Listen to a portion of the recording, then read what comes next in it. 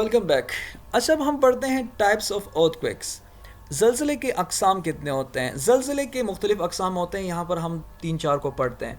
सबसे पहले the most common once और the tectonic earthquakes. Tectonic earthquakes, जिसके पहले पिछली वीडियो में भी मैंने कहा कि जो टेक्टोनिक प्लेट्स होते हैं, यानी क्रस्ट है, क्रस्ट के नीचे जो मेंटल है, जो वो मैग्मा की हालत में होते हैं या फिर उसके वॉल्केनोज होते हैं, ठीक है ना।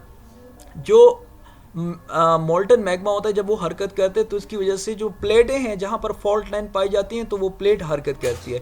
अब जो प्लेट हरकत करती है तो वहाँ पर जितने भी ममालिक होंगे, जहाँ पर जितने भी इलाके होंगे, तो वो मूवमेंट करेंगे, उनमें वाइब्रेशन पैदा होगा, सीस्मिक वेव्स पैदा होंगी, जिसकी वजह से ज़लज़ले के झटके महसूस होंगे।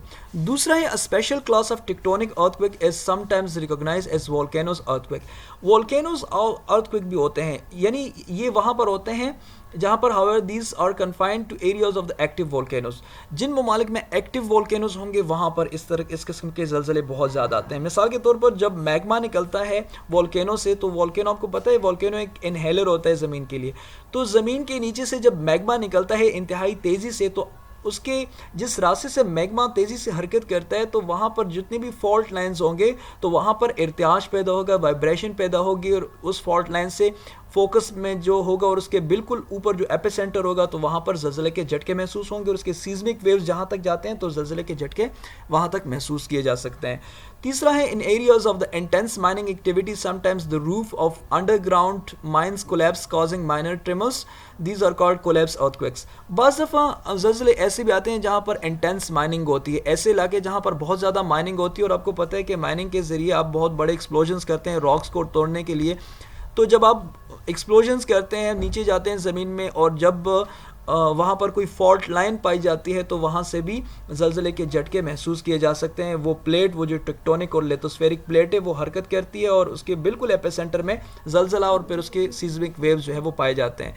और फिर उसके बाद में है ग्राउंड शेकिंग में also occur due to the explosion of the chemical और न्यूक्लियर डिवाइसेस। आपको पता है जब बहुत बड़े एक्सप्लोजन्स होते हैं, कोई एटम, कोई न्यूक्लियर वेपन इस्तेमाल होता है, कोई बम गिरते हैं, तो उससे भी ज़मीन में इर्तियाश पैदा होता है और उससे भी ज़लज़ले आते हैं, ठीक है। अब ये ज़लज़ले के अक़साम हैं, टाइप्स ऑफ अर्थक्वेक्स हैं, ठीक है। अब ज़मीन इस अर्थक्वेक्स को मेजर करने के लिए हमारे पास जो स्केल्स हैं, 2 स्केल्स पाए जाते हैं, एक रेक्टर स्केल है, एक मेरकाली स्केल है। रेक्टर स्केल से में हमारे पास 10 इशारे होते हैं 0 से लेकर 10 तक, जिसमें हम मैग्नीट्यूड ऑफ अर्थक्वेक को नापते हैं। मैग्नीट्यूड ऑफ द अर्थक्वेक को ये का मतलब ये है कि जो एनर्जी रिलीज़ करता है ज़मीन, तो उस एनर्जी को हम करते हैं कि इसका रेक्टर स्केल पर कितने इशारिया का ज़लज़ला था। और मेरकाली स्केल में ये पाया जाता है कि इसमें इंटेंसिटी ऑफ द अर्थक्वेक पाया जाता है। इंटेंसिटी का मतलब इससे जो डिस्ट्रक्शन होती है, जो ज़मीन पर जो तबाही मच जाती है, तो उसको हम मेरकाली स्केल के ज़रिए मेजर करते हैं। तो ये 2 स्केल्स हमारे पास हैं, जिससे हम अर्थक्वेक में एक को मैग्नीट्यूड और दूसरे में हम उसकी इंटेंसिटी को नापते हैं, मेजर करते हैं। और ये एक आप देखें स्लाइड है जिसमें मैंने इफ़ेक्ट्स बयान किए हैं अर्थक्वेक के, जो मुख्तलिफ इफ़ेक्ट्स हैं। इसको ज़रा पास करें इस वीडियो को, एक एक को देखें और एक एक पर आप ज़रा इसको एलोबोरेट भी करें खुद बाद में। ये आपके लिए एक क्वेश्चन भी है, ठीक है, असाइनमेंट सेक्शन में।